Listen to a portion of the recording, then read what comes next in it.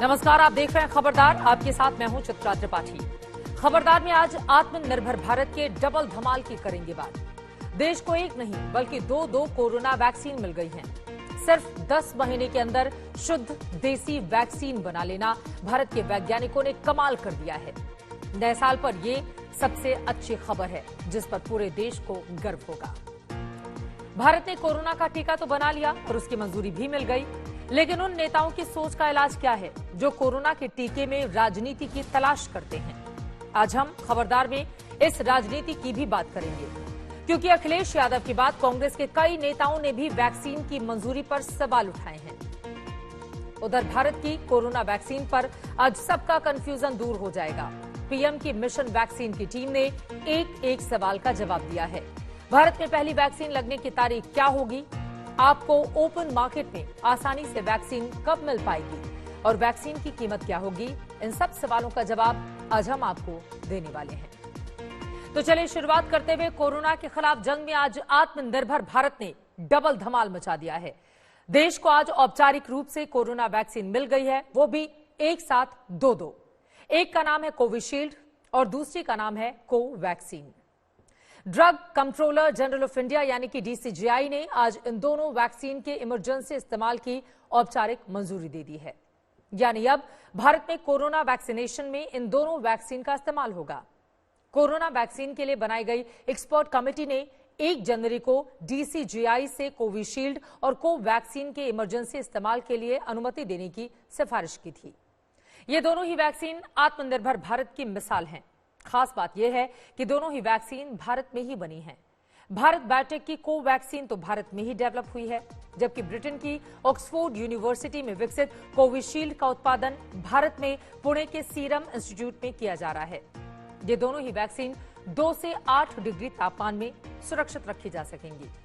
दोनों ही double dose की vaccine है, मतलब ये कि सबको इन वैक्सीन की 2 डोज लगवानी होगी।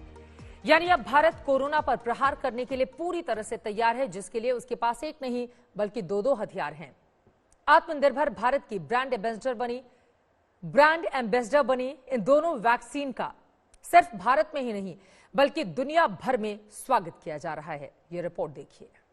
Vaccines of Messrs Serum and Bharat Biotech are being approved for restricted use in emergency situation and permission is being granted.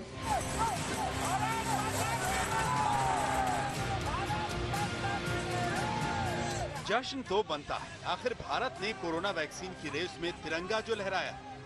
Serum institute की कोविशील्ड और भारत बायोटेक की कोवैक्सीन, ये दोनों सिर्फ वैक्सीन नहीं है बल्कि आत्मनिर्भर भारत के वो शंखनाद हैं जिनकी गूंज पूरी दुनिया सुन रही है। कोरोना बड़ी विपत्ति है, लेकिन इतनी बड़ी नहीं कि आत्मनिर्भर भारत की विजय यात्रा को वो रोक पाए। मैं देख सकता हूं एक नए प्रभात की लालिमा, एक नए आत्मविश्वास का उदय, एक नए आत्मनिर्भर भारत का शंखनाद। नए वर्ष का तीसरा दिन आत्मनिर्भर भारत के लिए मील का पत्थर बना। एक साथ 2 made in India corona vaccine को मंजूरी मिलना इस बात का प्रमाण है कि विपत्ति जितनी बड़ी होगी, भारत उतना ज्यादा आत्मनिर्भर बनेगा। कोवैक्सीन को हैदराबाद के भारत बायोटेक ने आईसीएमआर और नेशनल इंस्टीट्यूट ऑफ वायरोलॉजी के साथ मिलकर बनाया है। ये भारत की पहली स्वदेशी वैक्सीन है, जबकि कोविशील्ड को ऑक्सफोर्ड यूनिवर्सिटी और ब्रिटेन की फार्मा कंपनी एस्ट्राजेनेका ने मिलकर बनाया है। इसका उत्पादन पुणे के सीरम इंस्टीट्यूट ऑफ इंडिया में चल रहा है, जो दुनिया की सबसे बड़ी टीका निर्माता कंपनी है। यानी दोनों ही वैक्सीन भारत में ही तैयार हुई हैं, जिनकी क्षमता पर किसी को कोई शक नहीं होना चाहिए।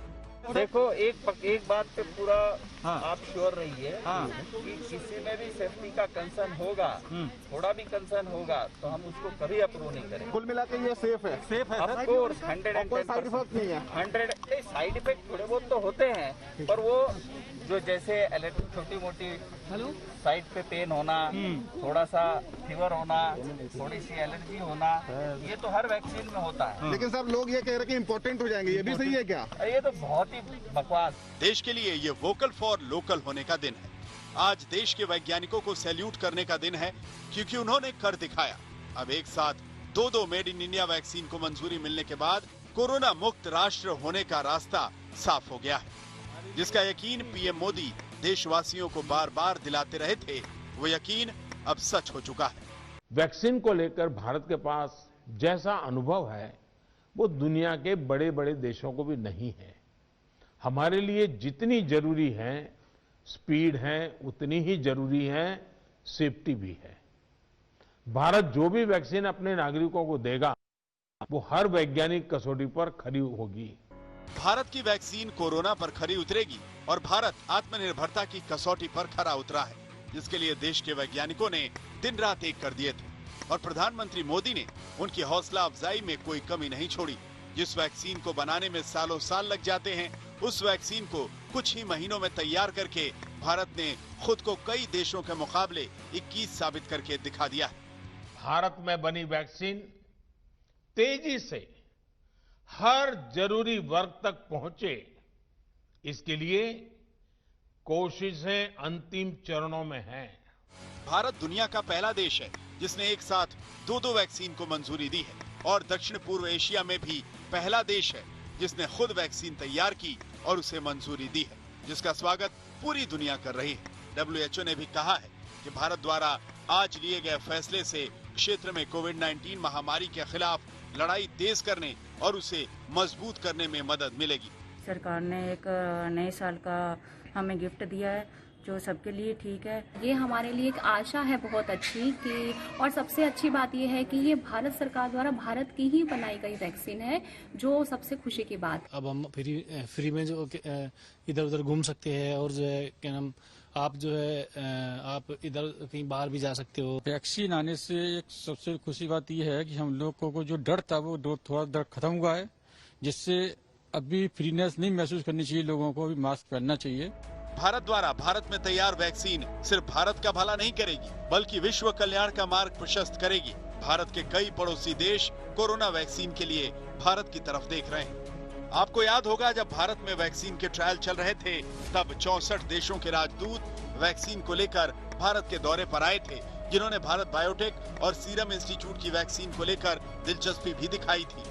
आज का दिन उन देशों के लिए भी उतना ही बड़ा है जितना भारत के लिए।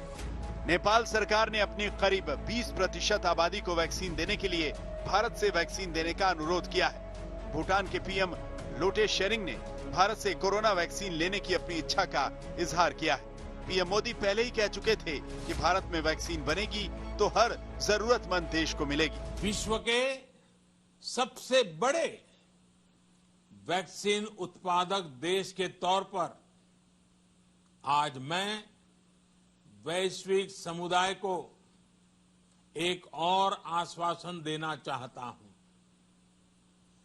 भारत की वैक्सीन प्रोडक्शन और वैक्सीन डिलीवरी क्षमता पूरी मानवता को इस संकट से बाहर निकालने के लिए काम आएगी। भारत ने आज सिर्फ कोरोना वैक्सीन को मंजूरी ही नहीं दी है, बल्कि दुनिया को ये मैसेज भी दिया है कि ऐसा कोई टास्क नहीं जो आत्मनिर्भर भारत के लिए नामुमकिन हो। और अब दुनिया देखेगी कि भारत कैसे सबसे बड़े वैक्सीनेशन ड्राइव को पूरा करता है। देखिए, लगभग हमने 4.5 से 5 लाख लोगों का, हमारे जो हेल्थ वर्कर हैं उनका डेटा हमसे केंद्र सरकार ने अपेक्षित किया था, वो हमने उनको जमा किया है, पहुंचा दिया है। 5 तारीख को हम 75 जनपदों में 6 जगह पर, हर एक जनपद में 3 ग्रामीण 3 अर्बन में हम उसको ड्राई रन पुनः करेंगे। दिल्ली के वैक्सीनेशन की पूरी तैयारियां कर ली हैं, कल ड्राई रन भी किया गया था, स्टोरेज फैसिलिटीज बना ली गई है। अल्टीमेटली 1000 सेंटर्स की तैयारी कर रहे हैं। भारत वैक्सीनेशन की फाइनल प्रैक्टिस कर चुका है और अब वैक्सीन को मंजूरी भी मिल चुकी है। वैक्सीन लगवाने के लिए तैयार हो जाइए, लेकिन पीएम मोदी की इस सलाह का ख्याल जरूर रखिएगा। पहले मैं कहता था दवाई नहीं तो ढिलाई नहीं, लेकिन अब मैं फिर से कह रहा हूं दवाई भी और कड़ाई भी। कड़ाई भी बरतनी है और दवाई भी लेनी है।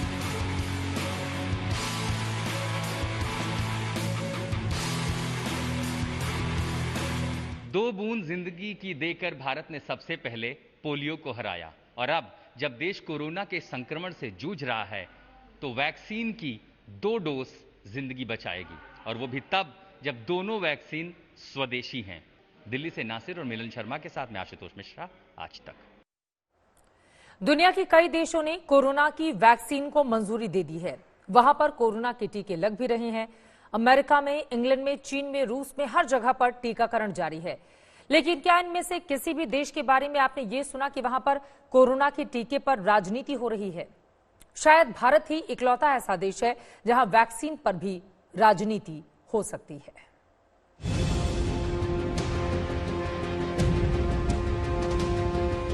देखिए, मैं तो नहीं लगवाऊंगा अभी वैक्सीन। मैंने अपनी बात कह दी, और वो भी बीजेपी लगाएगी, उसका भरोसा करूंगा मैं? अरे जाओ भाई, अरे अपनी सरकार आएगी, सबको फ्री वैक्सीन लगेगी। वैक्सीन किसी पार्टी की है या देश के वैज्ञानिकों की? क्या सोचकर नेता ऐसा बोल देते हैं? लेकिन अखिलेश यादव ने तो सिर्फ शुरुआत की है। ऐसे नेताओं की लाइन लगी है। कांग्रेस के राशिद अल्वी को सुन लीजिए। भारतीय जनता पार्टी ने और खास तौर से देश के प्रधानमंत्री ने विपक्ष के नेताओं के खिलाफ तमाम एजेंसीज को लगाया। हर विपक्ष के नेता को यह सरकार पॉलिटिकली खत्म कर देना चाहती है। तो अगर किसी को यह डर है कि इस वैक्सीन का गलत इस्तेमाल हो सकता है, तो मैं समझता हूं कि सरकार को चाहिए कि विपक्ष के नेताओं को कॉन्फिडेंस मिले। किसने सोचा था कि वैक्सीन पर भी ऐसी राजनीति होगी? किसने सोचा था कि वैक्सीन पर भी पार्टीबाजी होगी? नेताओं को तो वैक्सीन पर जनता का भरोसा बढ़ाना चाहिए, लेकिन वही वैक्सीन का डर दिखा रहे हैं। देखिए, मैं तो नहीं लगवाऊंगा अभी वैक्सीन। मैंने अपनी बात कह दी, और वो भी बीजेपी लगाएगी, उसका भरोसा करूंगा मैं? अरे जाओ भाई, अरे अपनी सरकार आएगी, सबको फ्री वैक्सीन लगेगी। सिर्फ अखिलेश यादव ही नहीं, कांग्रेस के कई नेता वैक्सीन पॉलिटिक्स में लग गए। जैसे ही कोरोना की 2 देसी वैक्सीन को फाइनल मंजूरी मिली, कांग्रेस के नेताओं ने सवाल उठा दिए। शशि थरूर ने कहा कि भारत बायोटेक की कोवैक्सीन का तीसरा ट्रायल पूरा नहीं हुआ, अप्रूवल देने में जल्दबाजी हुई तो ये घातक हो सकता है। जयराम रमेश ने कहा, वैक्सीन को मंजूरी देने के अंतर्राष्ट्रीय मानकों को भारत बायोटेक की कोवैक्सीन के लिए बदला गया। ये हैरान करने वाला है। स्वास्थ्य मंत्री इसे स्पष्ट करें। मुझे समझ में नहीं आता है। मैंने तो कल कहा कि ये लोग वो हैं कि छुप करके लगवा लेंगे और लोग को इस तरह की बातों में भ्रम में रखेंगे, और वो दूसरे कारण से कह रहे हैं। मैं उस पर अभी टीका टिप्पणी नहीं कर रहा हूँ। किसी ने कुछ और उसके ऊपर टीका टिप्पणी की है। इसके कारण वो राजनीतिक दृष्टि से बोल रहे हैं, और देश का ये दुर्भाग्य है। ये तो देश भी बीजेपी का बता देंगे। आज हमारी सरकार है, और वो जिस तरह की भाषा अखिलेश यादव बोल रहे हैं, ये क्या जबान है? क्यों भ्रम पैदा कर रहे हैं? ये भ्रम पैदा करना क्या देश के लोगों के साथ न्याय है? इस पर देश कभी क्षमा करने वाला समाजवादी पार्टी को नहीं है। नेताओं का ये हाल तब है जब वैक्सीन पर पहले ही कुछ लोग धर्म का नाम लेकर भ्रम फैला रहे हैं। फिर चाहे वो बीफ प्रोडक्ट्स का संदेह करने वाले लोग हों, या फिर वैक्सीन में पोर्क प्रोडक्ट्स का इस्तेमाल करने का संदेह करने वाले। जिन 2 कंपनियों ने कोविड के वैक्सीन बनाए हैं, उनको मुबारकबाद पेश करते हैं, और हमें यकीन है कि हमारे मुल्क भारत में जो वैक्सीन बनी हुई है, उसमें कोई ऐसी चीज शामिल नहीं होगी कि जिस पर किसी को कोई एतराज हो। ऐसे लोग क्या कम थे जो नेता भी अब राजनीति के चक्कर में वैक्सीन पर जाने अनजाने सबको कंफ्यूजन में डाल रहे हैं। हालांकि अखिलेश यादव के सुर पिछले 24 घंटे में बदल गए। उन्होंने कहा कि कोरोना का टीकाकरण संवेदनशील प्रक्रिया है। इसे बीजेपी सरकार कोई सजावटी दिखावटी इवेंट न समझे। पुख्ता इंतजामों के बाद ही टीकाकरण शुरू हो, ये लोगों के जीवन का विषय है। कांग्रेस को भी इस राजनीति में नुकसान समझ में आ रहा है। इसीलिए शशि थरूर और जयराम रमेश जैसे नेताओं के सवालों से खुद को किनारे कर रही है और देश के वैज्ञानिकों पर पूरा भरोसा जता रही है। देखिए भाई, कौन क्या कहता है मुझे उससे पता नहीं। मैं ऑफिशियल स्पोक्स पर्सन हूँ।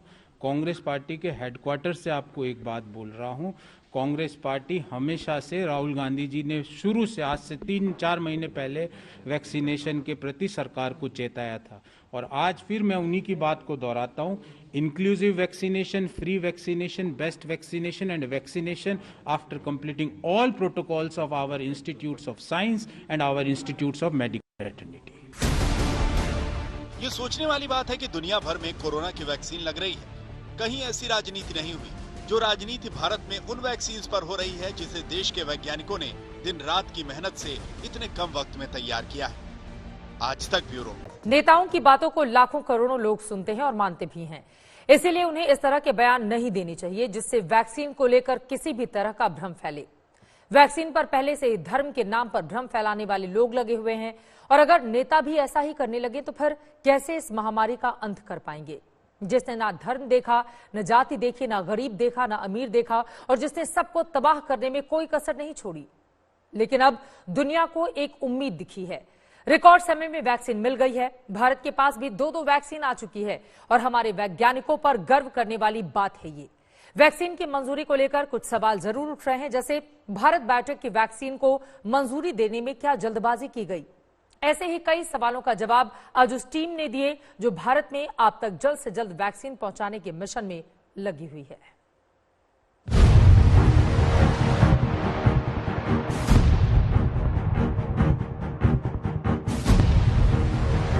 भारत बायोटेक की जिस कोवैक्सीन को मंजूरी दी गई उसका अभी तीसरे चरण का ट्रायल चल रहा है। फाइनल डेटा भी सबके सामने नहीं है कि वो कितनी इफेक्टिव है, उसकी इफिकेसी क्या है, फिर भी क्लियरेंस क्यों दी गई? मिशन वैक्सीन की टीम ने एक सवाल का जवाब दिया। पहली बात यह कि वैक्सीन का सेफ्टी डेटा उपलब्ध है, मिनिमम साइड इफेक्ट्स हैं। दूसरी बात यह कि पहले और दूसरे चरण के डेटा से यह साफ है कि वैक्सीन कारगर है। तीसरी बात यह कि वैक्सीन नए कोरोना पर भी ज्यादा कारगर साबित हो सकती है। अब ये जो आईसीएमआर भारत बायोटेक का वैक्सीन है, ये सारे वायरस का किल वैक्सीन है, किल वायरस का वैक्सीन है। तो ये एक ही एंटीजन को टारगेट नहीं करता, ये मल्टीपल वैक्सीन जो प्रोटीन्स हैं उनको टारगेट करता है। तो इसकी क्षमता जो है वो बहुत सारी मल्टीपल तरीके से बचाव करने की क्षमता ये रखता है। तो एक गारंटी देता है कि एक म्यूटेशन हो जाए, 2 म्यूटेशन हो जाए, उसकी वजह से कोई वैक्सीन अगर नाकाम हो तो इसमें ऐसे होने का चांस लगभग निल है। यानी कोवैक्सीन उस बैकअप प्लान की तरह है जिसमें अगर पहली वैक्सीन का किसी कारण से प्रभाव कम होता है या फिर कोरोना के नए रूप में तेजी से केस बढ़ने की चुनौती आती है तो उसका इस्तेमाल किया जा सकता है। इसी सोच से इस वैक्सीन को मंजूरी मिली और ये मंजूरी भी अभी लिमिटेड इस्तेमाल की है। ये क्लिनिकल ट्रायल के मोड की तरह से होगा, विच मीन्स कि जो पैरामीटर हम क्लिनिकल ट्रायल में फॉलो करते हैं, जिनको वैक्सीन दिया जाएगा, उनके ऊपर उस तरह की नजर रखी जाएगी, उनके ऊपर उस तरह के अगर ब्लड टेस्ट होने हैं, इम्यूनोजेनिसिटी देखनी है, वो सारा सब कुछ देखा जाएगा। लेकिन ये याद रहे कि ये सोच विचार के ये फैसला किया गया है। ऐसा नहीं है कि ये वैक्सीन को जैसे कि कुछ दूसरे देशों ने सीधा ही सबको लगाना शुरू कर दिया, ऐसा नहीं है। वैक्सीन को मंजूरी मिलने के बाद अब सबका सवाल यही है कि टीकाकरण कब से शुरू हो जाएगा, क्योंकि वैक्सीनेशन के लिए ड्राई रन पहले ही हो चुके हैं। वैक्सीन के अप्रूवल का ही सबको इंतजार है। अब जब 2 वैक्सीन को अप्रूवल मिल गया तो क्या जल्द ही पहली वैक्सीन लगने वाली तारीख और दिन का पता चल जाएगा? दिन की अनाउंसमेंट भी हो जाएगी, जल्द ही लगनी चाहिए। 7-8-10 दिन के अंदर बिल्कुल संभव है, ये फैसला माननीय प्रधानमंत्री लेंगे। लेकिन और जल्दी ही होना चाहिए क्योंकि तभी तो ये सारा एफर्ट हो रहा है। लेकिन प्रक्रिया अगली अब ये होगी कि सरकार इन वैक्सीन को प्रोक्योर करेगी और उसके साथ साथ बहुत जल्दी से इन वैक्सीन को जो हमारे मेन कोल्ड चेन के पॉइंट्स हैं, लगभग 35 के करीब हैं, वहां पे जल्द से जल्द इनके स्टॉक्स को मोबिलाइज किया जाएगा। वहां तक की कोल्ड चेन हमारी बिल्कुल सशक्त है, पूरी एक्टिव है। करीब 35 कोल्ड चेन पॉइंट्स और स्टोरेज हब तैयार हैं, जहां पर वैक्सीन को स्टोर किया जाएगा और फिर वहां से आगे राज्यों में वैक्सीनेशन के लिए डिस्ट्रीब्यूट किया जाएगा। लेकिन सवाल ये भी है कि सरकार वैक्सीन की कितनी डोज अभी खरीद रही है और आगे वो कितनी डोज खरीदेगी। There have been multiple meetings over the past few months in which finance ministry officials were also present, and they have set aside very significant resources to be able to purchase outright. In addition, later on going ahead, there will be multiple instruments available to ensure vaccine supplies to all those who need it are not wanting. Bharat के लिए सबसे अच्छी बात यह है कि vaccine यहीं पर बन रही है और ये वैक्सीन लागत में बहुत कम है, जिससे से ज्यादा डोज खरीदी जा सकती है। सरकार ने पहले ही वैक्सीन की करीब 2 करोड़ डोज का ऑर्डर दे दिया है। पहले चरण में 30 करोड़ लोगों को टीके लगेंगे। सवाल यह है कि कितनी आबादी को वैक्सीनेशन की जरूरत होगी। There are multiple parameters involved. First, properties of the vaccine. How effective is the vaccine in the field? So that's a certain number which should be judged as vaccines are rolled out. पहले चरण में 1 crore health workers, 2 crore frontline workers और 50 साल से ज्यादा की उम्र के करीब 27 करोड़ लोगों को प्राथमिकता के आधार पर टीके लगेंगे। कई लोगों के मन में एक सवाल ये भी है कि क्या उन लोगों के लिए भी जल्द ही वैक्सीन उपलब्ध हो सकती है जो पहले चरण के टीके के लिए निर्धारित आबादी में नहीं आते। We have been extraordinarily patient over the year, and indeed, if you look back, a year is a very short period for vaccine development. A few more months, we would have bulk availability of these vaccines, other vaccines, in a manner where these questions would be moot. So I would counsel a little patience. यानी जहां इतना सब्र किया वहां कुछ महीने और सही। साफ संकेत यही है कि सिर्फ 2 वैक्सीन नहीं, कई और वैक्सीन को भी आने वाले कुछ महीनों में भारत में अप्रूवल मिल सकती है और फिर सबके लिए वैक्सीन आसानी से उपलब्ध हो जाएगी। राहुल कमल के साथ आज तक ब्यूरो। वैसे तो भारत को मिली दोनों ही कोरोना वैक्सीन बेशकीमती हैं, लेकिन हर चीज की एक कीमत होती है। इन वैक्सीन की भी है, लेकिन आपको ये वैक्सीन कितने की पड़ेगी, इसको लेकर ना तो सरकार ने और ना ही इन वैक्सीन को बनाने वाली कंपनियों ने कोई भी आधिकारिक ऐलान किया है। लेकिन अब तो जितना पता है उसके मुताबिक शुरुआत में 3 करोड़ हेल्थ और फ्रंटलाइन वर्कर को ये वैक्सीन फ्री में दी जाएगी। बाकी लोगों को फ्री में मिलेगी या नहीं, फ्री नहीं मिलेंगी तो कितने की, इन सब चीजों पर फैसला होना भी बाकी है। इसलिए किसी भी अफवाह में मत पड़िए। वैक्सीन के दामों पर चल रही चर्चाओं पर आधारित हमारी ये रिपोर्ट देखिए।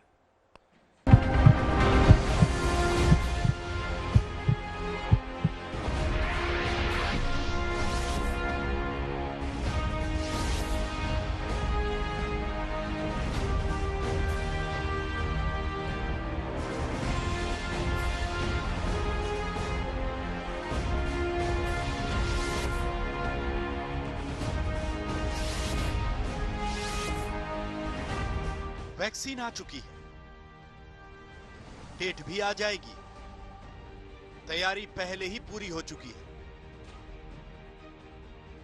शुरुआत में 3 करोड़ हेल्थ और फ्रंटलाइन वर्कर्स को वैक्सीन मुफ्त में लगाई जाएगी, लेकिन सबको वैक्सीन मुफ्त नहीं लगाई जाएगी।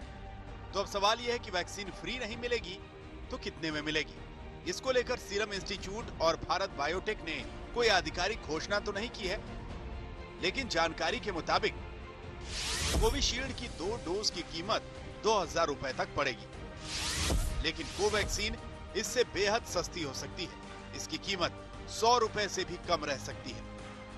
कोविशील्ड की कीमत को लेकर सीरम इंस्टीट्यूट के आधार पूनावाला आज तक को हिंट दे चुके हैं।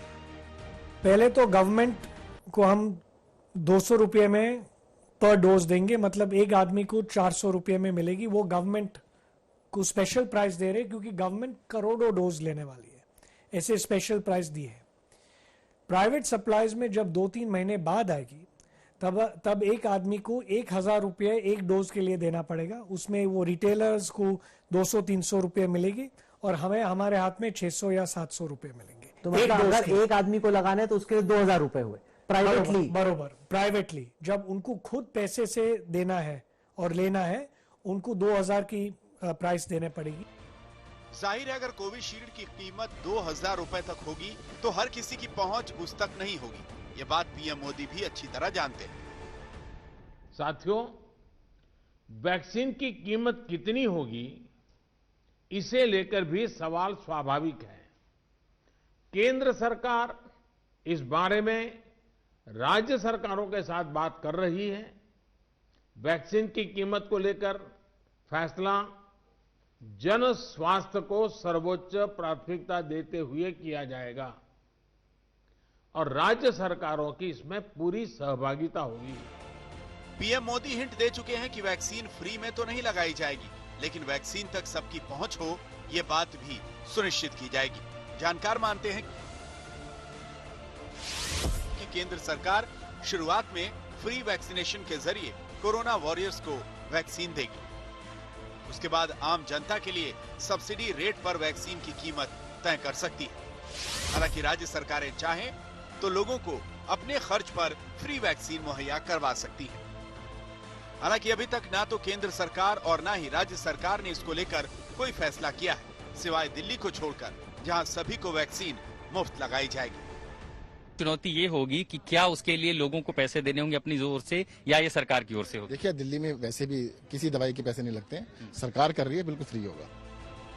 कीमत को लेकर सरकार को फाइनल फैसला लेना है, लेकिन मंजूरी मिलने से पहले ही सीरम इंस्टीट्यूट और भारत बायोटेक ने सप्लाई की तैयारी शुरू कर दी थी।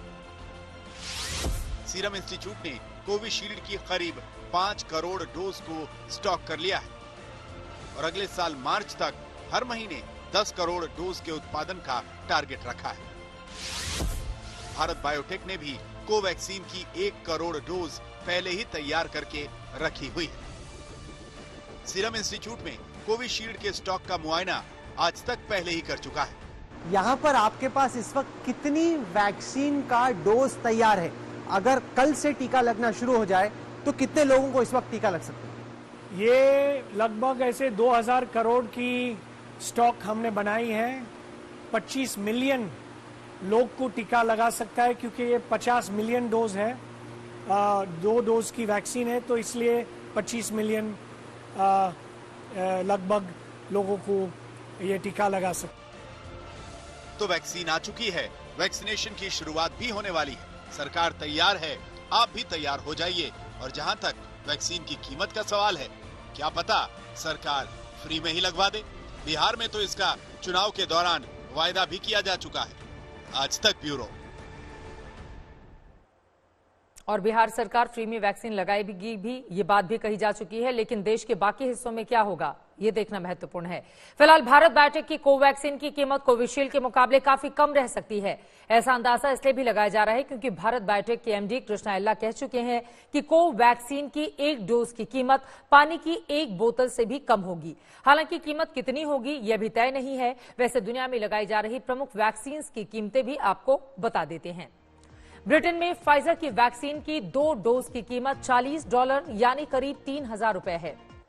अमेरिकी कंपनी मॉडर्ना की वैक्सीन की कीमत पर कंपनी ने कहा है कि इसकी 2 डोज की कीमत $74 यानी करीब 5500 रुपए हो सकती है। हालांकि अभी रूस की स्पुतनिक वी वैक्सीन की कीमत का ऐलान नहीं हुआ है। रूस में ये वैक्सीन सभी को फ्री लगाई जा रही है। तो देश की वैक्सीन की कीमत क्या होगी, क्या सभी को फ्री में लगेगी या फिर लोगों को पैसे चुकाने होंगे, इसको लेकर भी फैसला किया जाना बाकी है और इस पर लगातार रहने वाली है आज तक की नजर। आगे बढ़ते हुए कुछ और महत्वपूर्ण खबरें आप तक पहुंचाते हैं। नए साल की शुरुआत में एक बेहद दुखद घटना हुई है। गाजियाबाद के मुरादनगर में दोपहर को एक शमशान घाट के गलियारे की छत गिर गई। इसमें 23 लोगों की मौत हो गई। 5 घंटे से ज्यादा रेस्क्यू ऑपरेशन चला। इनमें 38 से ज्यादा लोगों की जान बचाई गई है। प्रधानमंत्री से लेकर राष्ट्रपति तक सभी ने इस घटना पर दुख जताया है। मुख्यमंत्री योगी आदित्यनाथ ने हादसे की जांच के आदेश दिए हैं और रिपोर्ट मांगी है। 2 महीने पहले ही शमशान घाट के इस गलियारे का निर्माण हुआ था। इसमें 60 लाख रुपए की लागत आई थी, लेकिन आज बारिश के बीच उस वक्त अचानक ये निर्माण गिर गया जब वहां पर एक अंतिम संस्कार के लिए करीब 100 लोग इकट्ठा थे। ये पता चलना चाहिए कि क्या इस निर्माण में भ्रष्टाचार हुआ है। वो कौन लोग हैं जिनकी लापरवाही ने 23 लोगों की जान ले ली है। इसके दोषियों की पहचान की जानी बहुत जरूरी है।